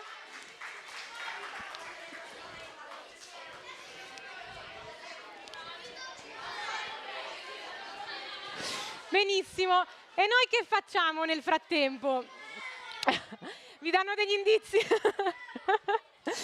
Allora ragazzi, noi nel frattempo mica stiamo qui ad aspettare con le mani in mano, anzi, attenzione, scusate. Adesso, proprio per non pensare a cosa stanno facendo i giudici, per toglierci ogni stress e ogni ansia, noi invece abbiamo pensato a un momento proprio bello con un ospite speciale che a brevissimo chiamo sul palco. Sarà un momento interattivo. Infatti uno dei temi del progetto era proprio la divulgazione scientifica e ne parliamo e giochiamo insieme ad Elia Bombardelli, che faccio salire sul palco. Ciao ragazzi, è un piacere essere con voi oggi. Come stai? Tutto bene? Bene, grazie. Tu? Allora, io non lo so, secondo me qualcuno ti conosce già, vedendo gli applausi, tanti già sanno chi sei. Ma raccontaci, Elia, tu cosa fai, di cosa ti occupi? Faccio un sacco di cose, ma prima fammi andare a prendere la giacca, perché ho paura di sfigurare, se no, rispetto al consigliere Comunale Ferri, che era elegantissimo. C'è molta eleganza. E quindi richiesta. fammi prendere la giacca. Complimenti ragazzi, innanzitutto. Ah, persino il fazzoletto, cioè veramente complimenti. Chi col fazzoletto, chi non so se l'avete notati, avevano le spille del progetto fatte da loro, bellissimo. Ragazzi, veramente innanzitutto complimenti a tutti, è un piacere essere qui con voi oggi. Io sono un docente, insegno matematica adesso alle superiori e all'università, però nei primi 3 anni della mia carriera sono stato anche alle medie e mi avete fatto tornare in mente quanto era divertente, devo dire, l'energia che c'è da parte dei ragazzi di questa fascia di età qui è veramente pazzesca. Faccio intanto i complimenti a tutti voi per i vostri progetti. Io sarei in difficoltà nel scegliere un vincitore, devo dire, siete stati tutti veramente molto bravi, quindi veramente complimenti. Ma diciamo, oltre a insegnare in aula, io ho attivato a partire dal 2012 una serie di contenuti su YouTube. Sapete ragazzi, YouTube lo conoscete, lo usate già? Sì. Quanti vanno su YouTube ogni tanto? Quasi tutti, diciamo, nella fascia di età, ok. E io ho fatto questa cosa qui, quando ho cominciato a insegnare alle superiori, nel lontano 2012, era l'anno che avevo anche alcune classi alle medie, mi sono ricordato che quando ero all'università mi erano tornati utili dei video nel preparare un esame e c'erano già questi video in lingua inglese caricati da alcune università all'estero molto interessanti e quindi ho detto dai, vediamo se ci sono dei video di matematica in italiano. Mi interessava in quel momento per le scuole superiori e siccome non ce n'erano tanti, c'erano tantissimi materiali di qualità però prevalentemente di altro tipo, no? Libri di testo, presentazioni, dispense, ma non tanti video con qualcuno che spiegava le cose. Mi sono un po' lanciato con l'idea di usare questi materiali con i miei studenti e tutt'oggi, pensate, ormai 12 anni dall'inizio dell'attività YouTube che continuo a farlo. E perché li ho messi su YouTube, secondo voi, questi video? Farti conoscere, dicono. facile accesso, far conoscere in tanti, tutte cose molto intelligenti. In realtà allora, quando sono partito nel 2012, voi eravate piccoli, qualcuno mi sa che non c'era forse di quelli in sala. Non c'erano, dici tu? Pensate, non era facile come oggi, ragazzi. Non c'erano così tanti posti dove si potevano caricare facilmente dei video online gratis per chi li caricava e con l'idea che le persone li potessero vedere gratis. Adesso è scontato, ci sono tantissimi posti che te lo fanno fare, ma nel 2012 non era mica così semplice. E YouTube era l'unico posto che mi dava facilmente questa possibilità. E quindi li ho messi lì per quello. Poi cosa è successo? Che siccome YouTube, oltre a essere, diciamo, voi lo immaginate come un social, no? Un posto dove potete mettere i mi piace, potete mettere i commenti, potete condividere, tipo Instagram, però è un'altra cosa YouTube, che invece Instagram, per esempio, è molto meno. Cos'ha di diverso da Instagram? Ci sono i video lunghi, ok? E in generale come fate a cercare le cose su YouTube? Con la barra di ricerca. Su Instagram essenzialmente tirate sul dito per i reel, no? O su altri social se qualcuno di voi li usa. Nella maggior parte dei casi ormai non cercate quasi i contenuti, anche quello certo è una differenza. La principale, diciamo, è che ti fa da motore di ricerca, infatti è uno dei motori di ricerca più grandi al mondo, solo che per i video. E quindi cosa è successo? Che piano piano tanti studenti, anche che non erano delle mie classi, immaginatevi, a scuola, hanno cominciato a trovare questi video perché cercavano gli argomenti di matematica su YouTube. E quindi adesso la faccio breve perché abbiamo cose più scoppiettante da fare, però a distanza di 12 anni da quando sono partito, il canale ha superato il 500.000 di iscritti, che per i social, lo dico per i più grandi in sala perché i giovani lo sanno, non sono numeri particolarmente rilevanti. Cioè su TikTok c'è gente che gioca con la PlayStation e magari ha 6 milioni di follower, però in ambito educational, se pensate che sono contenuti culturali, di scuola, potremmo dire per voi ragazzi, allora non ci sono tanti canali che hanno questo numero di iscritti, quindi sono contento, diciamo, che questi materiali siano d'aiuto a tanti ragazzi. Quando sarete alle scuole superiori, perché non ho tantissimi contenuti per le medie, magari torneranno utili anche a qualcuno di voi. Pensa che l'altro giorno parlavo con un mio amico, raccontavo di questo evento e che ti avrei incontrato e mi diceva: ah, Elia Bombardelli mi ha salvato la maturità. Ah, salutalo e ringrazialo. Certo. Noi ragazzi abbiamo pensato, per i giovani amici delle medie, di fare una piccola attività interattiva, mentre la nostra potente giuria si riunisce e delibera il vincitore. In ambito, eccolo, questo è il magico puntatore, esatto. In ambito divulgazione scientifica. Quindi adesso giochiamo un po' con i nostri amici delle medie. Allora, secondo voi, di questi 3 possibili titoli di giornale, qual è quello, diciamo, più adatto ad un articolo divulgativo? Adesso li leggiamo insieme, dopo ci pensate un attimo e poi facciamo un sondaggino e ci dite cosa ne pensate. Il primo dice: l'Italia sta diventando un deserto, tra 10 anni niente pioggia, e un paio di emoticon. Qui vedo, lei è molto perplessa già. Secondo, perché in alcune zone d'Italia piove sempre meno? Come il cambiamento climatico sta modificando il ciclo dell'acqua e cosa possiamo fare per adattarci? Il terzo invece ci dice: anomalie pluviometriche nel nord Italia, i dati ARPA sugli ultimi 12 mesi. Secondo voi, se doveste scrivere qualcosa di divulgativo per ragazzi come voi, sarebbe meglio un titolo che va più nella direzione dell'1, del 2 o del 3? 2. Plebiscito per il 2. Perché? Perché abbiamo un gelato da portare a qualcuno di loro, così sentiamo anche cosa ne pensano. Perché il 2? 3 troppe parole difficili, dice allora, lui. Se il primo mette molta ansia, quindi non ti dice neanche come puoi migliorare, cioè non ti dà tanta curiosità. È allarmista, dice lei, giustamente, e ti dà il ansia. primo. E il terzo è un po' complicato da capire, è un po' troppo complicato per invece voi, il secondo ti dà un po' di curiosità, perché in alcune zone d'Italia piove sempre meno, ti dà delle curiosità interessanti, e quindi vai a guardartele magari. Bene, c'è qualcun altro che vuole aggiungere qualcosa all'amico dietro? Beh, allora, il primo mi sembra come sul secondo dell'era glaciale, che arriva quella... come si chiama quella... Rende bene l'idea, hai ragione. Non so se tutti hanno visto in sala l'era glaciale. L'animale che avverte che si sta sciogliendo e verranno tutti annegati. Il secondo, come dice la mia compagna, è più, diciamo, più calmo per noi ragazzi. Più in linea con la vostra idea, però, giusto? E L'ultimo sembra più, diciamo, per giornalisti adulti. Un po' più tecnico, diciamo. Ok, Sì, ok. sì. C'è qualcun altro che vuole aggiungere qualcosa? Secondo me idem con Elsa, Ah, però il primo mi sembra un po' troppo allarmante, un po' come quelli che mettono Allarmante. anche delle bugie. bugie, ok, interessante. E il secondo me, ti viene da vederlo, e il terzo è un po' troppo Il difficile. secondo ti viene voglia di vederlo, dice lui, questo articolo, ok, il terzo? E il terzo è un po' troppo complicato. Un po' troppo complicato. Beh, ragazzi, volevo dire un po' di cose io, ma più o meno avete già centrato voi l'obiettivo. Allora, il primo chiaramente è inadatto a un contenuto divulgativo per eccesso di allarmismo. Poi mettereste mai in un articolo divulgativo un credibile l'emoticon della faccina che fa in fondo all'articolo? No, non sembra adatto, no? Eccessivamente allarmista. Ora, come mai in rete però, voi ogni tanto magari navigate a scuola o a casa con la famiglia su internet, perché in rete trovate tanti articoli che hanno titoli però che assomigliano al primo in giro? No, non necessariamente in questo ambito, anche in altri contesti. Perché quando il contenuto c'è un titolone allarmista, così è più, diciamo, a volte l'utente gli viene più facilmente cliccare, no, su quell'articolo. Si dice che è un titolo anche un po' clickbait, no? Ti fa venire voglia di cliccare perché ti agiti magari. Ovviamente non è una cosa che ci sentiamo di incentivare, però sappiate che ne trovate spesso perché a volte gli utenti spaventati cliccano e chi gestisce magari il portale che ha pubblicato quella cosa lì così fa un po' di più visualizzazioni, magari mette delle pubblicità nella pagina su cui voi atterrate, quindi gli conviene. Il terzo, l'avete detto voi, chiaramente non è particolarmente adatto a un articolo divulgativo, soprattutto per giovani della vostra età, perché ha delle parole un po' troppo complicate. Magari è un articolo più tecnico, però non tanto divulgativo. Divulgativo cosa vuol dire? Vi siete fatti un'idea in questo progetto?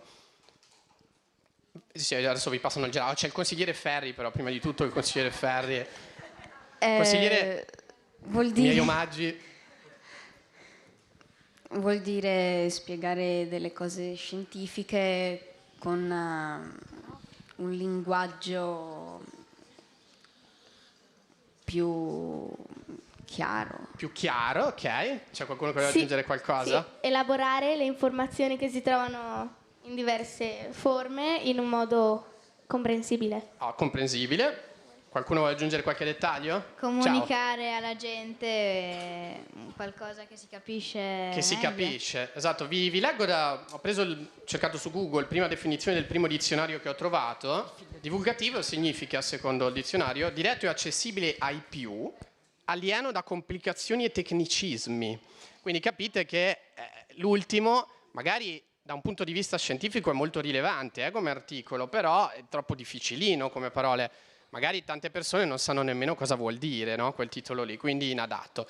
Adesso questi tre ve li abbiamo proposti noi, no? E come abbiamo capito il secondo era quello più in linea. Proviamo a costruire un articoletto insieme con voi adesso, ok? Facciamo finta che abbiamo il giornalino della nostra città immaginaria Hydropolis, dobbiamo scrivere un articolo divulgativo. Io adesso vi faccio vedere un paio di proposte di titoli, ok? Parliamo di piogge, ok? Ma non fissatevi sul dettaglio, guardate lo stile dei titoli e mi dite quale secondo voi funziona meglio. Tra questi due titoli, sul giornalino di Hydropolis per le piogge, no? Dobbiamo fare un articolo divulgativo per utenti più o meno della vostra età, diciamo così. Quale titolo mettereste? C'è una maggioranza di 1 e qualche 2. Allora il 2 è un po' un problema, a meno che non siate convinti veramente che sia la fine del mondo. Cos'è che non va nel 2? Vedete che verso la fine c'è un cerchio rosso in fondo, ci sono quegli elementi da contenuto un po' clickbaitaro che dicevamo prima, allarmismo, che punta più quasi a un click facile che non a dare un'informazione invece più magari pertinente col contenuto dell'articolo. L'1 cosa mi dici? Che nel primo ti spiega con calma e ti fa avere il tempo di capire e di entrare in quello che sta veramente succedendo, se è veramente una cosa così grave, e invece il secondo te lo dice troppo velocemente, quindi ti fa prendere paura e ti fa salire l'ansia. Molto bene. E se dovessimo mettere invece in questo articolo un grafico, un'immagine, un'infografica, mettereste qualcosa che assomiglia di più alla 1 o alla 2? Perché? Aspetta che arriva il gelato, così sentono tutti. No, non fissatevi sui dettagli, Allora, è lo perché- stile che ci interessa. Sì, voglio dire che in quello là salta più all'occhio, è più semplice da vedere per le persone, l'altro invece devi andarti a vedere tutti i cosi, le linee, cosa significa. Là invece capisci un po' meglio. A vista e- d'occhio, diciamo, sì, hai già sì, subito sì. un'idea, no? Sì, Anche per un utente esatto. più giovane come voi, Mhm. rende subito l'idea. Vuoi aggiungere qualcosa anche tu? Sì, idem. Sei come d'accordo dice anche tu? Elsa, sì, perché per noi bambini, cioè, quello ci fa un po' incasinare, il secondo no. Mm. E c'è il primo. Quindi non sarebbe adatto a un giornalino, diciamo, Questo divulgativo più- sì, della perché città ti di fa subito Hydropolis, saltare giovane, all'occhio diciamo. come- Ok, sì. giusto, giusto. E se dovessimo prendere dei dati da mettere in questo articolo, no? Che chiaramente vogliamo fare con contenuto scientifico, dobbiamo pescare dei dati da una fonte attendibile. Secondo voi ne ho messe 2, tra queste 2 quale scegliereste per curiosità? Quasi tutti 1, ma c'è qualche 2, ok? Chi ci dice perché sceglierebbe la 1? Ok, beh, ARPA sapete cos'è, no? Ok. La conoscete bene, dice qualcuno, ottimo. Perfetto, perché vi sembra meglio di un sito random del meteo? Aspetta che arriva il gelato, che così sentono anche dietro. Perché il meteo alcune volte può anche sbagliare. Le previsioni, ok, le previsioni dice lei, il meteo le Dico può perché sbagliare. ARPA Veneto ti fa capire che è della regione, quindi è qualcosa che è molto attendibile. Che In generale quale dei 2 vi sembra magari più controllato? L'uno. L'uno, no? Cioè, ci Cioè, aspettiamo il due. ovviamente AI Sud non c'è, vabbè. che un'agenzia così sia più Sì, attendibile. sì. Bene. C'era volevi Mhm. dire qualcosa anche tu? Magari abbiamo un gelato Ce anche l'ha. di là? C'è. Ah, ce l'hai, vai. Secondo me bisogna prendere informazioni da tutte e due, perché ci sono Interessante cose questo punto di vista, ok. che ARPA non scrive perché magari gli sfuggono e magari al meteo che Quindi tu dici il approfondisce. sito del meteo potrebbe avere qualche insight. Beh, interessante, non avere pregiudizi in generale è una cosa buona, no? Dice lui, quindi comunque dare un'occhiata a tutte e 2 potrebbe non essere male. Ora abbiamo preso 2 fonti totalmente indicative, ragazzi, però in generale ci sentiamo di consigliare di cercare dati su fonti che possiamo considerare autorevoli, perché magari vengono da qualche ente che sappiamo che è controllato del pubblico, da qualche università, da qualche fondazione di comprovata esperienza nel settore, quindi è meglio preferire queste fonti. Se volete guardarne anche altre non fa male, è un buon suggerimento quello che dice lui, però soprattutto se poi trovate dei dati contrastanti, attenzione che diciamo ci sono in generale delle cose più credibili di altre online.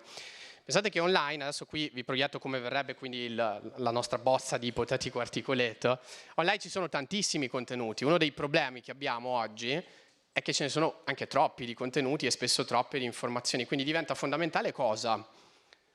Tra tutti quelli che ci sono individuare quali contenuti? Quelli di cui potete fidarvi di più. E non è mica facile questo, guardate che a volte anche gli adulti, ma mi ci metto dentro anch'io, cioè può succedere che si trovi una notizia, a volte le fanno che sembrano credibili purtroppo certi portali e poi viene fuori che no, quindi è uno sforzo fondamentale da fare, questo è un lavoro che vi accompagnerà anche alle scuole superiori, ne parlerete a scuola con i vostri prof, ma poi anche all'università, abituarsi a verificare un po', no? Da che fonte sto prendendo quell'informazione? Posso fidarmi? È una fonte autorevole oppure è una fonte che devo prendere, diciamo, in maniera un po' più diffidente? E i social hanno amplificato questo fenomeno, no? La cosa positiva dei social, se volete, una delle cose positive è che quasi tutti adesso con facilità possiamo condividere delle cose ed esprimere delle opinioni, però qual è l'aspetto negativo, se volete, di questo? Che su alcuni temi, dice lui, certo, anche involontariamente, ma si possono condividere delle fake news. Bravissimo, ridillo al microfono così lo sentono anche gli altri.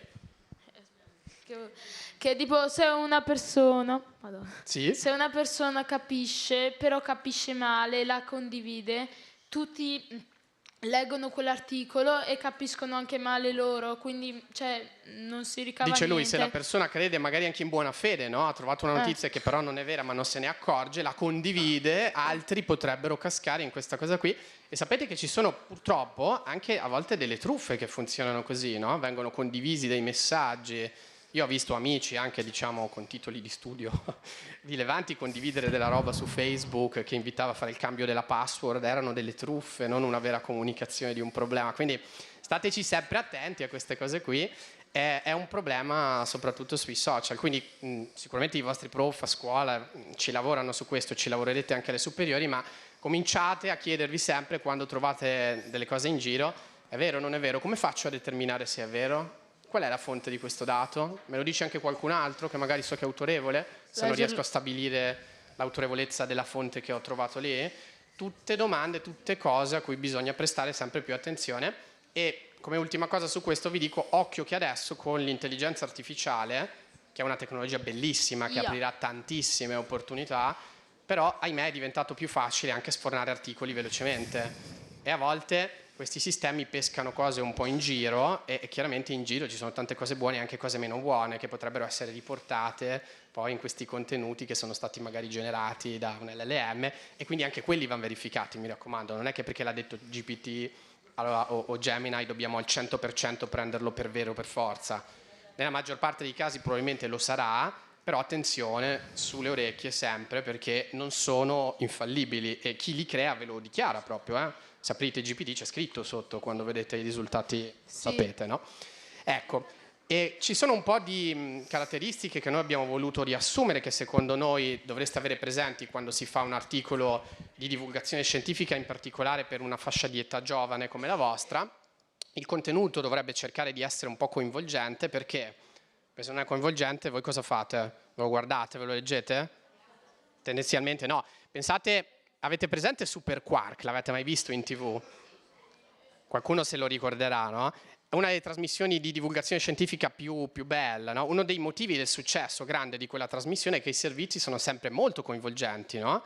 Ci sono delle immagini molto belle, c'è della musica sempre ricercata, ci sono delle animazioni, perché lavorare sul coinvolgimento è in generale un'ottima idea.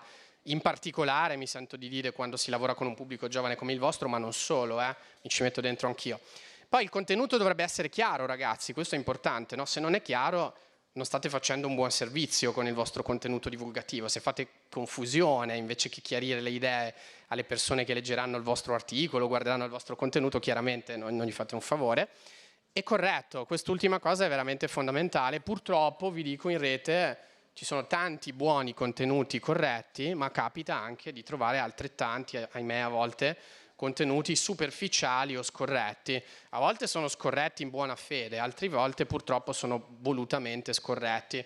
Abbiamo avuto degli esempi deteriori di questo comportamento, in particolare durante la pandemia, non so, voi eravate un po' piccoli, ma sui social si leggevano di quelle cose veramente che spacciate per articoli, diciamo, di contenuto scientifico, ma che di scientifico non avevano assolutamente nulla, quindi ecco, bisogna sempre prestare attenzione.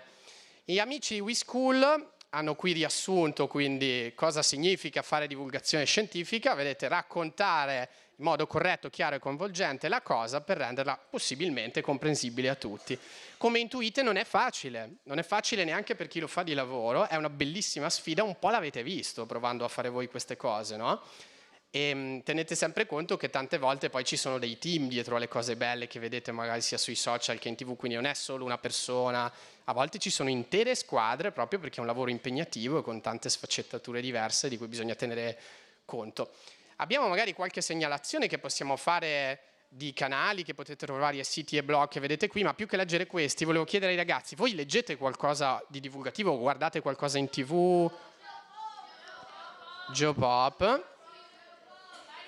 Dario Bressanini, Dario Bressanini è un'istituzione, bravissimi. Questo anche per i più grandi, naturalmente. Sì, questo lo consigliamo anche ai più grandi. Dario Bressanini, quanti lo conoscono in sala, Dario Bressanini? Sulla mano. Non tantissimi. Lui è un chimico, lavora all'Università dell'Insubria. Su YouTube ha un canale dove fa divulgazione in ambito principalmente, diciamo, alimentazione e dintorni. Ha fatto un video bellissimo che io faccio sempre vedere alle mie classi delle superiori ogni anno, che si chiama La truffa dei bruciagrassi detox, consigliato, ma ci sono anche tanti altri contenuti che si prestano per attività, lo dico anche per i colleghi, di educazione civica, eccetera, una vera istituzione nazionale della divulgazione. Geopop invece ha scelto come canale principale Instagram, ma poi li trovate da tante parti. Dove li seguite? YouTube. Anche lì, ok. Loro hanno contenuti di vario tipo, di vari argomenti. Lì, a differenza di Dario, sono una squadra di persone. Quindi voi dite Geopop non è una persona sola, ma ci sono un team. Per esempio c'è una ragazza che fa matematica, poi c'è il geologo, quindi c'è una squadra di persone. Loro hanno animazioni che ormai si avvicinano a quelle di livello proprio televisivo, no? Hanno probabilmente uno studio di animazione che li aiuta, quindi fanno un lavoro su tanti argomenti. TED Education lo conoscete? Magari qualcuno l'ha usato a scuola? Questo lo consiglio ai colleghi, anche qua ci sono contenuti bellissimi di un po' tutte le materie.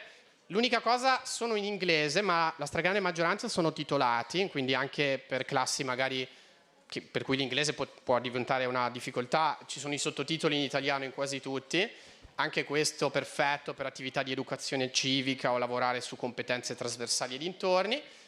Ma magari chiediamo loro se ce n'è qualcun altro che seguono più che elencarli noi. Ok, Geopop l'abbiamo capito. C'è qualcos'altro in TV o giornale, qualche rivista o altro profilo social? Dimmi? Sì, diamole il microfono che prima abbiamo visto i titoli ideali, quelle cose là, e Geopop mi piace anche perché è molto coinvolgente. Ok, lo trovi coinvolgente, sì. Ok. Tu? Ne conosco uno ma non so come si chiama, è tipo uno con i capelli un po' strani. Ah, forse è Vincenzo, la fisica che ci piace. Sì, tipo sì, lui. La fisica che ci... Professor Schettini, lui è un professore di fisica che insegna in Puglia. Sì, lui fa prevalentemente fisica e dintorni. C'è qualcun altro? Addirittura TikTok andate, ok? E lì ce ne sono degli altri? Ok. Vabbè. Su TikTok è pieno di gente, ecco, state sempre attenti all'autorevolezza delle fonti, no? Quando avete un posto pieno di gente, chiedetevi sempre se sono tutti autorevoli oppure se magari alcune cose che vedete lo sono meno. Sentiamo in chiusura il consigliere Ferri, poi ci salutiamo. Consigliere Ferri, dica. The Big Bang Theory. Quella è una serie TV, ok, molto affascinante, e in effetti ha alcune cose all'interno di tipo divulgativo, anche se nasce più, diciamo, come intrattenimento.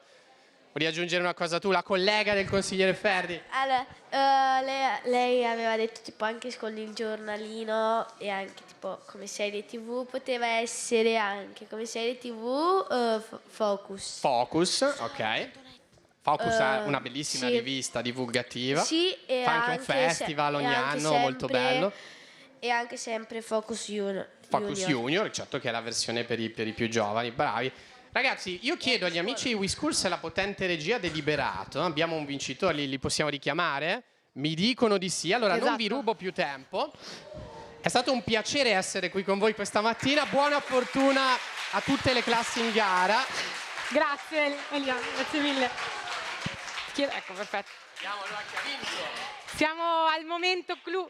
Allora, di nuovo grazie, è stato molto interessante, penso, sia per i ragazzi, grazie di essere intervenuti con energia, ma anche immagino per le docenti. Ci sono qui anche genitori, docenti delle superiori, ragazzi delle superiori, quindi insomma è un momento interessante. Eccoli che arrivano i nostri giurati.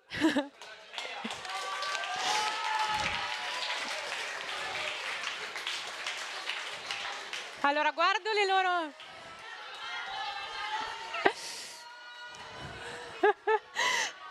Guardo le loro facce per vedere quanto sono provati da questa discussione. No, li vedo tranquilli, è andata bene. Bene, allora, come vi anticipavo prima, questo momento... Aspetta che ho il microfono per te. Il vincitore chi altro deve annunciarlo se non il sindaco di Dopolis. Quindi Luca, ti lascio la parola. Non lì, non parlo lì. Ci vuoi? Come preferisci? Va bene. Dal pulpito, io sono il sindaco di... Benissimo, grazie, perché questa è una grossa responsabilità. Io non so prima di cominciare questo progetto, cosa pensavate a Hydropolis. A me ricordava i libri di fantascienza degli anni 60, mi immaginavo una grande città del futuro, cose del genere. mentre in realtà adesso Hydropolis può essere una città anche piccola, può essere simpatica, a portata di tutti, smart, come si dice. Comunque è una grossa responsabilità questa cosa qui. Io comunque continuo a immaginarmi una città dove posso andare sempre a piedi o addirittura a nuoto a lavorare, tra le altre cose, dove comunque ci si muove magari con barche solari, dove persino i delfini ci vengono a trovare e l'acqua è sempre pulita. Io me la sogno così, lasciatemi questo sogno in questo modo. Comunque è anche una città dove l'antico viene conservato e rispettato. Ecco, dove l'acqua, perché che unisce tutto e non divide, come Venezia. L'acqua è il segno di tutto. Quindi non mi dispiacerebbe essere sindaco di questa città così e di avere come consiglieri la prima B, la prima A e la prima M, va bene? E quindi adesso vi dico la seconda, vabbè, ragazzi. Allora, prima cosa, parlo di tutte e tre in modo indiretto e indiretto. La prima B di Hydropolis, di cui sono sindaco, mi è piaciuta perché non è solo una città più verde, ma è una città che considera il territorio intorno. E la cosa che mi ha colpito di questa prima B è il ripristino e la valorizzazione delle aree verdi esistenti. E questo mi ricorda un attimo quello che era Venezia una volta. Venezia era una città sostenibile quando di sostenibilità ancora non se ne parlava assolutamente nessuno. I consiglieri della prima B mi hanno ricordato l'obiettivo 6-6, faccio il sindaco e parla degli obiettivi, 6 e 6 dell'Agenda Europea 2030, che si concentra sulla protezione e il ripristino degli ecosistemi dei fiumi, dei laghi e delle falde acquifere. Le acque dentro e fuori di una città sono risorse non solo per la città, ma per tutta la comunità e per tutto intorno.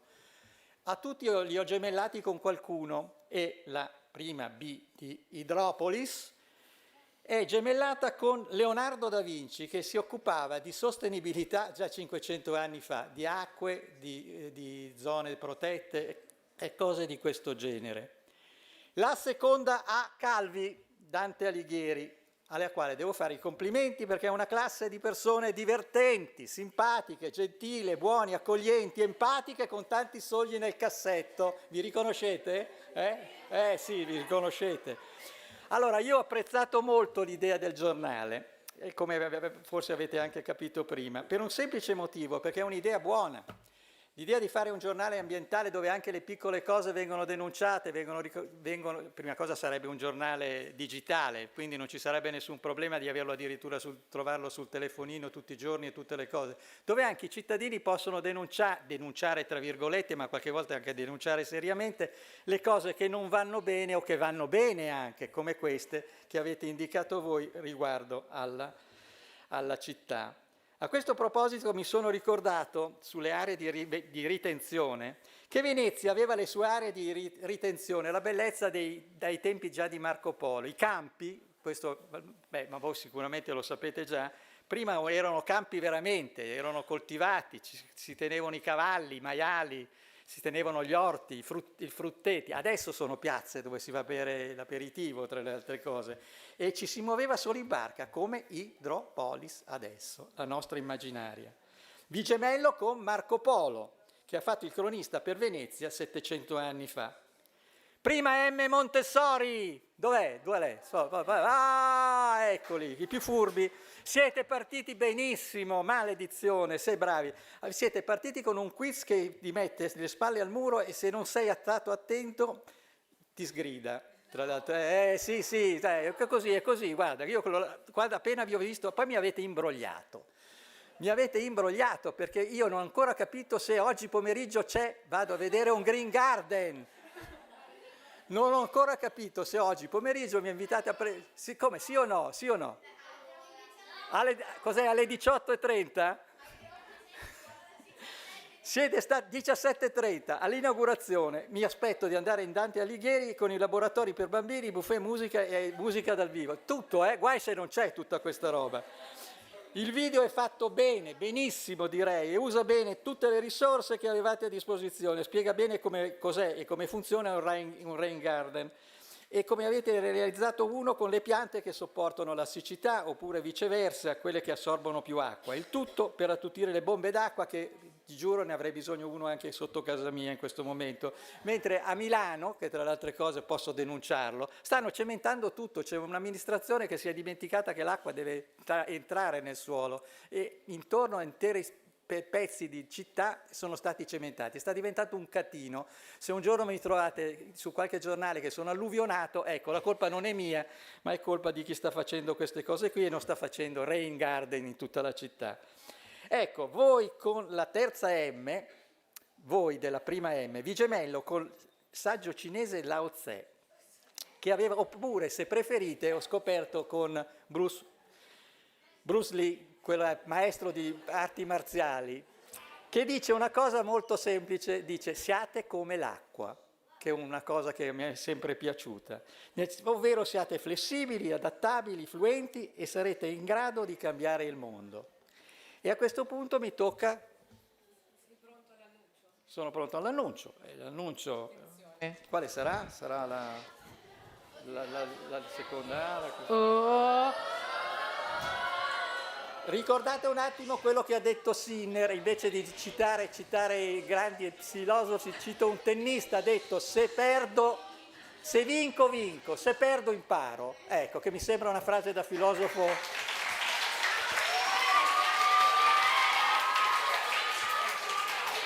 Quindi la giuria ha deciso che vince la prima M, Montessori.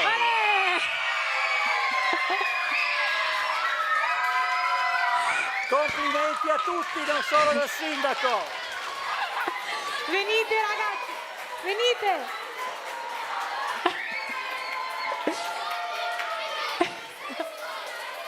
Ragazzi, salite sul palco, venite. Abbiamo decretato solo il primo. Voglio sapere che... Vuoi consegnare l'attestato? Allora, facciamo arrivare tutti e poi uno fa il... Ah, tutti stanno arrivando, benissimo. Venite, venite. Abbiamo vinto. Andate un po' più in là che ci stanno tutti. Certo. Eccoli. Eccola qua la prima M.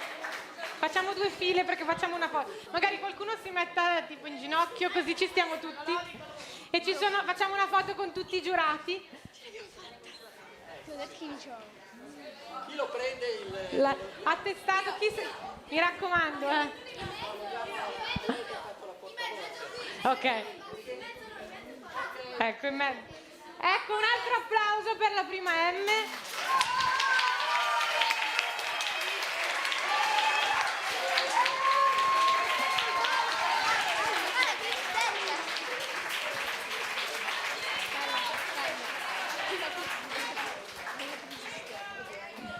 Grazie, volete dire qualcosa che avete il microfono? Grazie, dicono grazie. Grazie. Potete scendere. Non è acceso. Allora, anche io devo dire grazie. Siamo in conclusione, ma devo dire grazie. Ho un elenco da leggere perché non voglio proprio dimenticare nessuno. Allora, innanzitutto la giuria, quindi il sindaco Luca Novelli, ma anche Francesca Grisò, Francesca Ingrasso e Letizia Sbarbaro. Quindi grazie. Spero che siate contenti della decisione, e voi sicuramente. Poi ringrazio Elia Bombardelli che ci ha intrattenuto senza farci pensare troppo alla votazione, i colleghi di WeSchool che avete visto, c'era Giulia, c'era Chiara e Veronica che insieme a me hanno lavorato al progetto, Fondazione di Venezia che appunto è la promotrice del progetto, Environment Park abbiamo nominato prima perché è il partner scientifico, Venezia Sustainability Foundation perché appunto ha reso possibile questo evento, Home of Human Safety Net che ci ha ospitato in questo posto meraviglioso e poi tutti i docenti e gli studenti del progetto, grazie mille, se non ci fosse stati voi, insomma, non saremmo qui.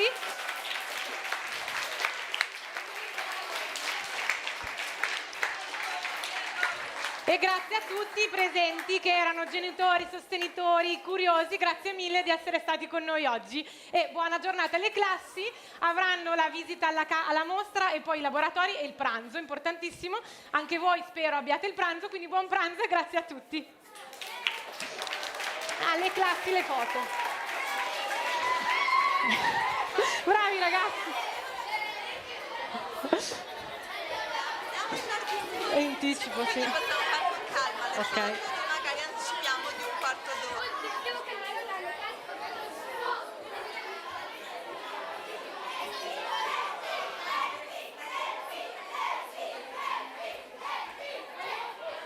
Volevo chiamare anche le altre classi per la foto. Non mi sentiranno mai. Facciamo una foto.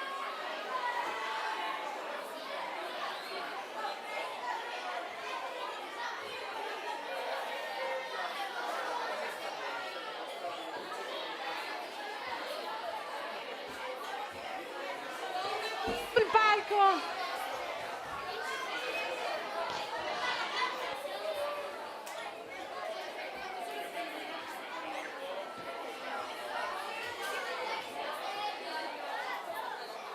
Fate la foto anche voi o siete Vabbè. Ma non ho fatto niente, gli altri. La fotografa? Recuperiamola.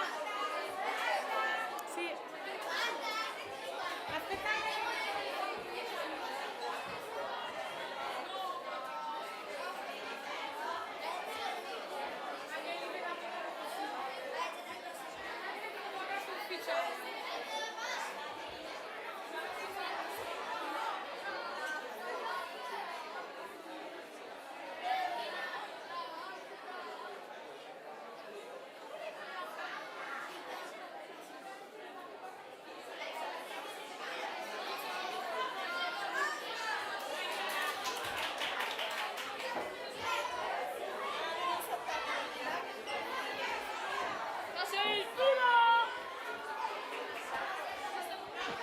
Manca la seconda A che deve fare la foto. Seconda A.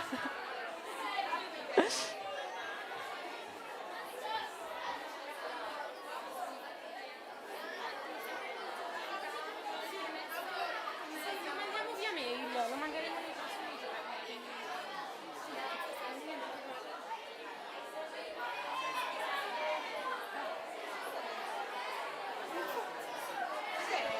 Mi sento. Seconda A, Abbiamo perso la seconda A. classe seconda A.